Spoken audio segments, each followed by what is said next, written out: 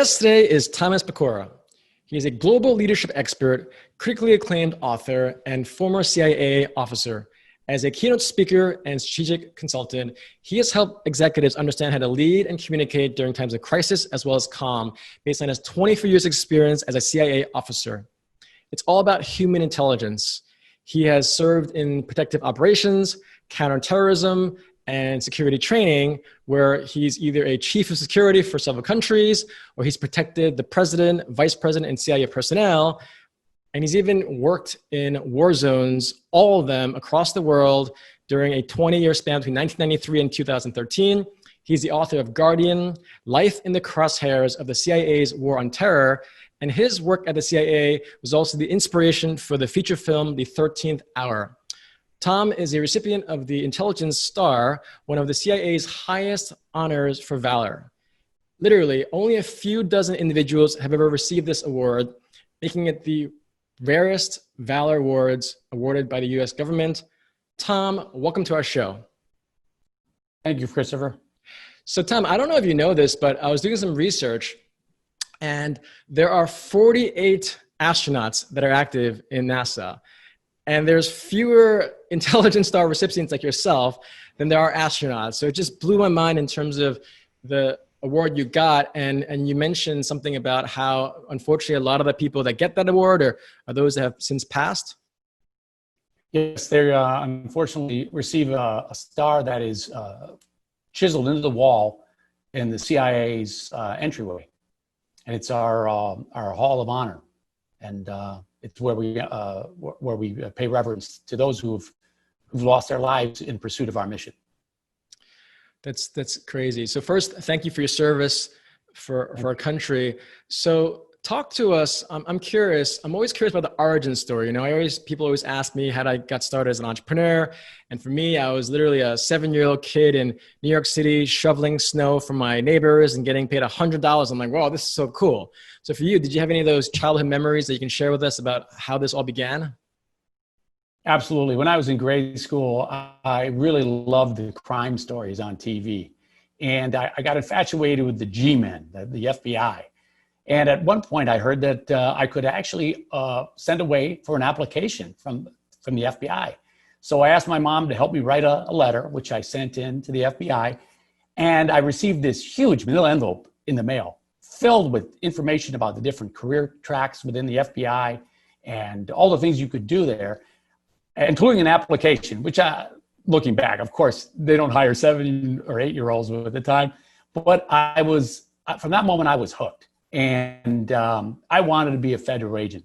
It wasn't until way later that I actually fulfilled that dream and ended up in the CIA. And let's talk about that, right? Because a lot of people have dreams. All of us as kids, they do studies about how if you talk to a 5-year-old and ask them, hey, what do you want to do, Michelle or Michael? And they'll say, I want to be an astronaut. I want to be a president. I want to be a scientist or a teacher. But as soon as you get into school, all those dreams and inspirations go away. So for you, how did you go from a 7-year-old kid who had these great dreams of serving our country to actually doing it in time? So where was that transition for you? Well, I kept the dream alive kind of with books I read and adventure movies. And I did the educational thing, went to college, went to grad school. But it wasn't until I saw an ad in the newspaper, my local newspaper, Milwaukee Journal, where they had an ad for the CIA. They didn't specifically say what position, but I said, wow, I'm gonna go for this. So I applied, and a couple months later I got an interview, and months later I ended up going to Washington, doing some tests, the dreaded polygraph, and I ended up in 1989 joining the CIA as a security professional. And did you ask your mom for help that time when you applied for the CIA, like when you were 7? No, she was just glad. She says, they're getting another good one. That's great. And did you have any prior experience with relatives or friends or mentors that were part of the CIA or FBI? Nobody in the federal government was working in my family. So this was a new experience for me. And I was moving out to DC where I didn't know anybody. So it was the beginning of a lot of adventures. And I'm curious, I know you're probably being a bit modest, but CIA and getting in there, whether FBI, CIA, it's one of the highest and hardest things to get into. So what were some of the things during the application process that you felt that you were able to show them that, look, I am a strong patriot, I want to serve my country? Do you remember some things that they asked you that you're like, that's interesting? My background as a wrestler and then as a wrestling coach resonated with them because there's a level of tenacity, of discipline and perseverance that are required to reach the levels that I reached. I was a two-time national qualifier, Division I, and I wrestled some of the best wrestlers in the world. And that ability to persevere was something they were looking for. They wanted somebody with discipline, and they wanted somebody who was going to follow through. Very mission-oriented organization. Yeah. See, you're an example, Tom. Steve Jobs once gave a speech at Stanford University many, many years ago. He talked about how things are connected, meaning you can't look forward and connect the dots. You have to look backwards and connect the dots. So in this case, literally, being a wrestler, I've never wrestled, but I've done some Brazilian jiu-jitsu, and it's like super real intense. You have to be very committed, but it's these qualities and skills that I know we'll talk a little bit more about for your clients in the corporate world, about how you've been able to apply your CIA, human intelligence, your leadership skills, your decision-making to the corporate world. Because just like in wrestling, people might think, well, what does wrestling have to do with CIA? It has everything to do with it in terms of the qualities, the tenacity, the strength, the focus you had then as a wrestler, then as a CIA agent. So I'm excited to share with our guests really how you apply your CIA strategies and leadership to help your clients make better decisions. But before we get into that whole human intelligence for corporations and your clients, let's talk about the book that you wrote last year called Guardian. A little bit about that. Yeah, it's a biographical story of my career, but it's also it tracks with the CIA's war on terror because they were working at the same time. And basically, it was a baptism in fire for me. When I started in '89, terrorism was really not as big an issue, but it became huge, and it was a centerpiece in my whole career. And it was had a huge impact on the U.S. government, and especially the CIA in terms of trying to protect the United States from foreign attackers. So the other reason why I wrote the book was it's the prequel to the story of the 13 Hours, the security team that was in Benghazi, Libya, that rescued the State Department employees in the consulate. And this is the prequel, the background story on how that unit was formed way back in 1990, and all the things that we were involved in up until 2012 when Benghazi attack happened. And that was when we actually came out from behind the cloak. Prior to that, we were a clandestine unit, and we're not allowed to talk about it. And it was a very successful organization in terms of protecting our people. So let's say a lot of executives, they want to build a core team. And they want to build this team to lead their company or their country. And in your case, you were literally leading teams in a very clandestine, top secret fashion. And just so our listeners to know that you span various eras of time, meaning the smartphone, iPhone literally came out in 2007.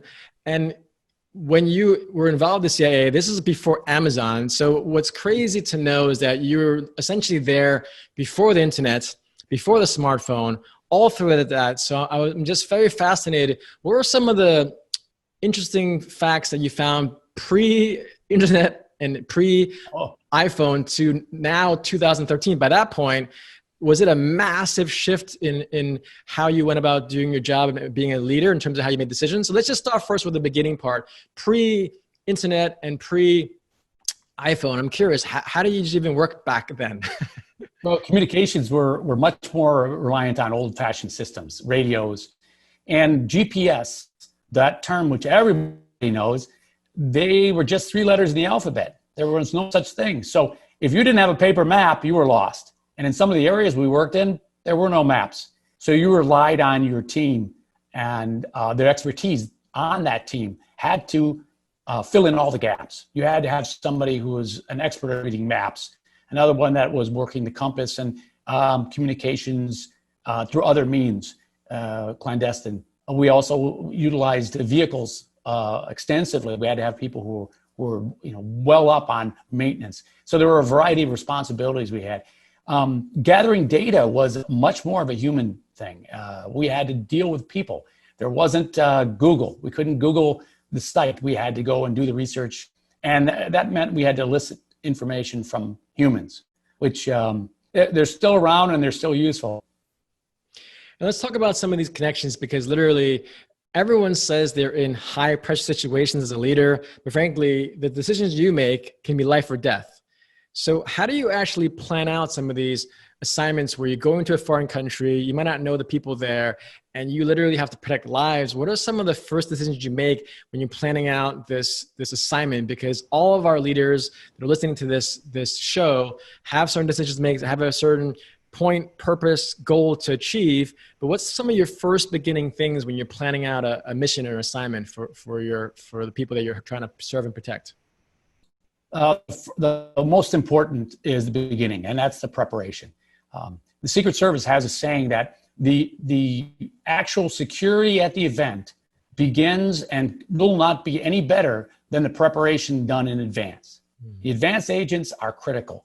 They're the ones that have to gather the threat data. And especially when we're dealing with hostile areas, we have to have threat data. We have to understand the environment.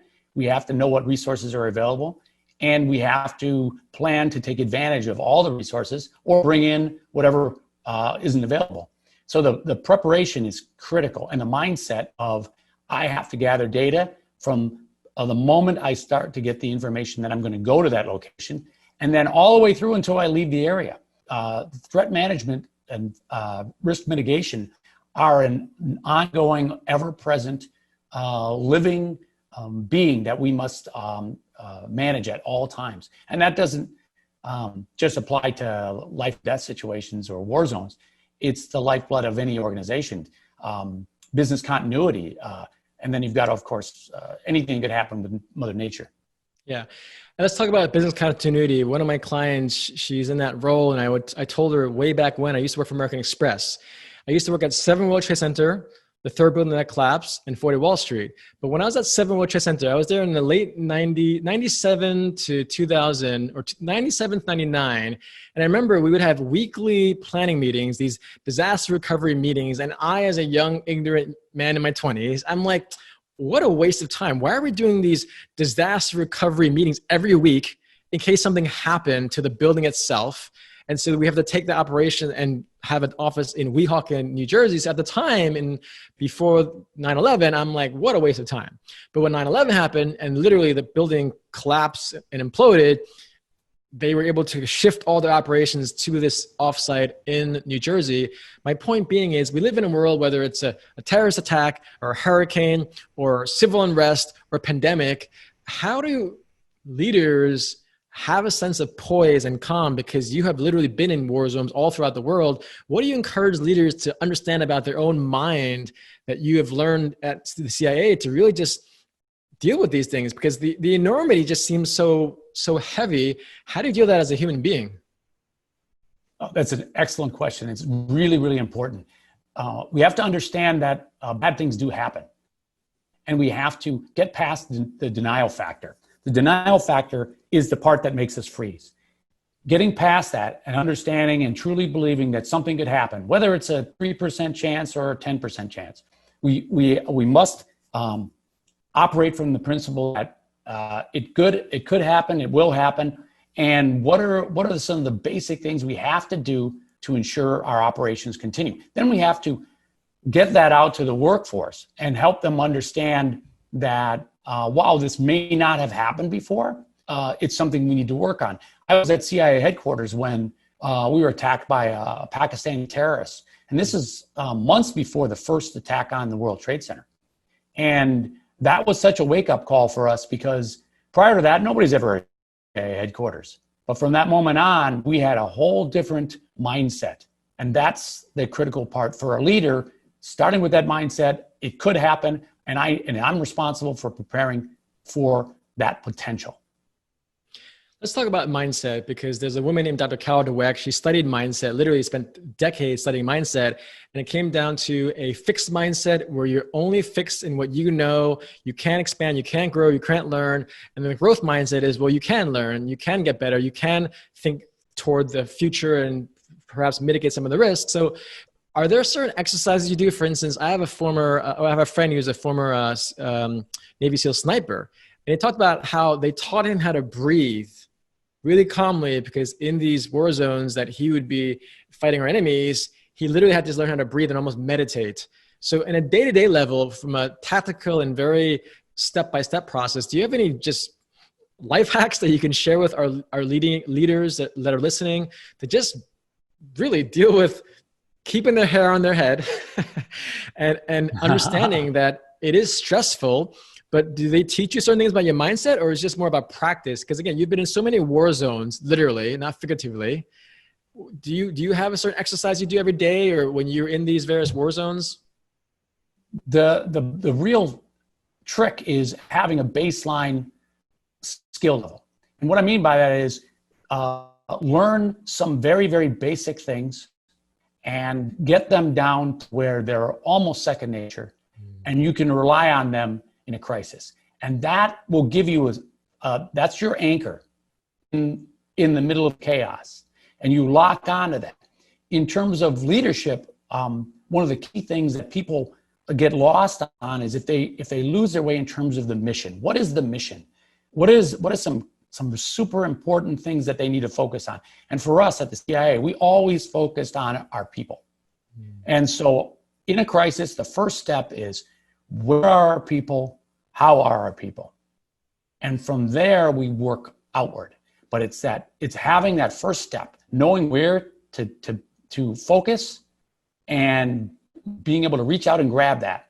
That helps get a level of calm. It's also very important if you were a mother and there's an incident in a mall and you have your children there, what you're thinking that exact same thought.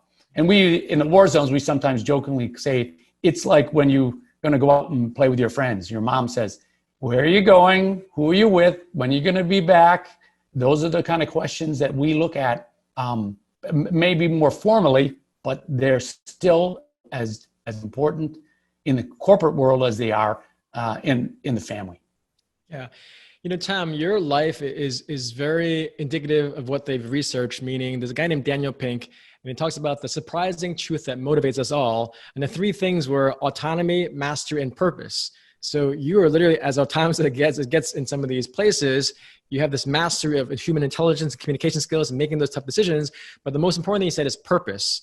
I find so many leaders that if they don't have that clear purpose, that clear vision, or in your case, you're this guardian, this protector, it's hard for them to really lead forward. So let's dive a little bit more into this whole human intelligence. What do they teach you in the CIA to really connect better, whether to build a team, lead a team, maintain a team, encourage a team to really pursue that purpose? What are some of the basic elements of, first, what is human intelligence?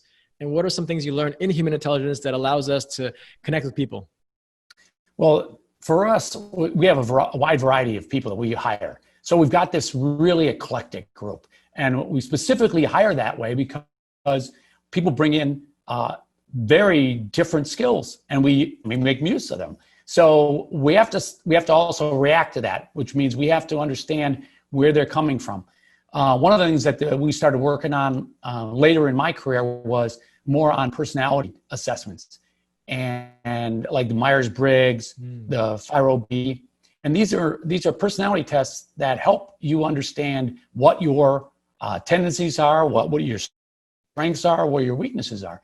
And then they also teach you what other people's strengths and weaknesses are. So I'm more of an extrovert. So I learned that I work with people better, and that helps me get the mission done. Where I have introverts that work for me, they need to acquire data differently. They need to be able to research, they need some time, and they need a certain way of approach. So when you learn that people have these different personality types, you learn to work with them at their strengths and minimize any of their, I wouldn't say weaknesses, but their less strengths. Yeah, interesting. Now, all this stuff sounds great in theory, but in practice, when you literally are during these war zones, I mean, there's so many. I had a client of mine, he had 3,500 employees, and every single day there's problems. Someone's being accused of sexual harassment. This person doesn't have some of his papers correctly filed. One employee dies, and this is always these constant crises. So how do you go from having this crisis mindset where you're a firefighter already trying to put out fires, to having more of this macro mindset. So you mentioned that planning is important, but when you're actually in the trenches, literally in your case, what are some of the ways that you're able to really maneuver and actively pivot and move forward? Because the word pivot is very common in the startup world and in businesses where you always have to be on your feet. So I'm curious, as you plan these stuff out, you know about where these people are or how your people are. When you're actually in the situation and something bad happens, literally, what do you do during the things that when bad things happen? What's like the first thing you do when something that bad happens when you're actually in the situation? First is, and this works across the board, whether you're talking about a rocket attack on a camp or an accusation of sexual harassment or workplace violence. It's to gather data, get as much data from the sources as you can, always with the back of your mind thinking the first report probably is inaccurate. And in many cases, it's not. We had many times in the war zones where we would hear an explosion and somebody would say, oh, there's a bombing attack going on over there. And we'd find out later it was a controlled detonation of an IED, an improvised explosive device that the military had found. And nobody got hurt. But if you allow yourself to be taken away with the first reporting, you'll make some critical errors. Once you assess and gather as much data as possible, then you have to be ready to adapt. You have your set procedures, but you have to give yourself some latitude to employ other methods if necessary. People who are too rigid on their plans, they're not able to react to some of the strangeness that goes on. And having worked with people extensively as part of my business, both good people and unfortunately bad people, in security we deal with it all, we have to learn how to work with the foibles that people have. People are making mistakes and we have to adjust to them. And the solution is not throw them out with the bathwater. That's fascinating. I'm really curious about when you start gathering this data, not everyone's going to tell you the truth. And sometimes they don't want to even lie, but they're afraid. So what are some techniques or questions you even asked to gather data you feel? Are you looking at certain micro expressions? You're looking at their body language? I'm curious in terms of the questions you might ask and how you're actually gathering the data, not just from what they're saying, but how they're saying it. Well, that goes into one of my leadership principles, which is maintain a humble ego. And this goes across the board in so many different areas of leadership. But one of the things that worked really well for me, I used to do background investigations. I used to do investigations of theft and higher crimes. You want to be able to elicit information from people and get them to lower their guard and talk to you. Coming in with a large ego and pushing your way around that's the worst way. I oftentimes would call them up and not tell them about what position I had. I would specifically just say, look, I need some help. This is the problem I'm trying to solve. What can you do for me? That takes away a lot of the onus. And instead of being a one-to-one conversation, it's two of us sitting together looking at a problem rather than one of us being the problem. And another aspect of that is I want to go to the lowest denominator. I want to go to the closest source. If there's a problem in a facility, and it may involve physical security, it may involve personnel things, some people have a little better feel for the facility than others. Those are usually the logistics people, the janitorial staff, or just the lowest ranked guard person. Those are the people that I gather some real data because they're there and their eyes are on target. So you want that real ground truth. Yeah, it's fascinating you mentioned that, Tom, because one of my friends' name is Chris Voss. He's the former chief kidnapping negotiator for the FBI. He was served in the FBI for 24 years. And he talked about how one of the single most important qualities is to listen, to be humble, to really get into these conversations with an open mind and open heart and really understand that it's a conversation, but what you're saying in the CIA or what he's saying in the FBI, and he's being able to parlay that negotiation skills into the corporate world where now he helps executives, helps companies understand how to negotiate. But essentially negotiation is exactly what you're saying. Understand the human intelligence, gather that information, don't always perhaps get the first take on the information, but ask some of those questions and ask as many people as possible because frankly, sometimes CEOs see them up here, But the people that might know the most are the ones that, I won't even say down there, but like they're in the front line perhaps, right? So when you look at leaders, you wrote a book about Guardian. And I really believe you, as a former CIA agent and now as a keynote speaker and a strategic consultant, you really are a guardian, a protector, because every leader, they're protecting their team, they're protecting their business, they're protecting their organization, or even their country. And so is there a guiding principle that you would encourage leaders to have when they are trying their best to lead their team, lead their organization and their country, that allows them to just lead with a better mindset, even though there's so much chaos in the world? Well, it goes back to, in my book, I talk about some of the leadership principles that really helped me succeed, both in headquarters elements and in the war zones. And the number one thing that came out is maintain a humble ego and know yourself, create cross-cultural and cross-structural relationships.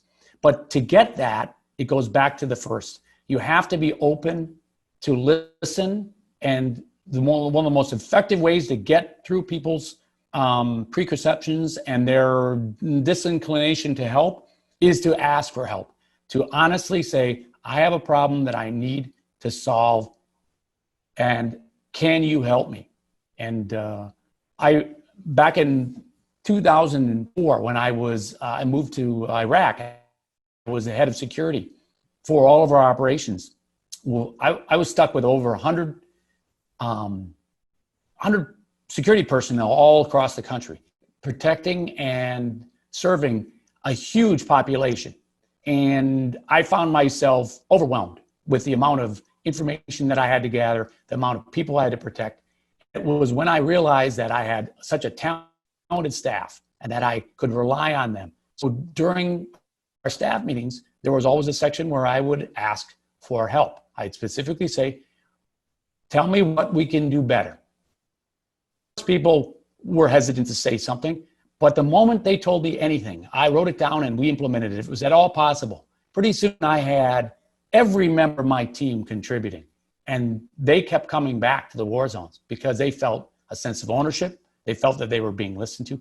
And I can tell you, our operations improved dramatically because all these people have immense levels of skill in areas that I don't, and I took advantage of it.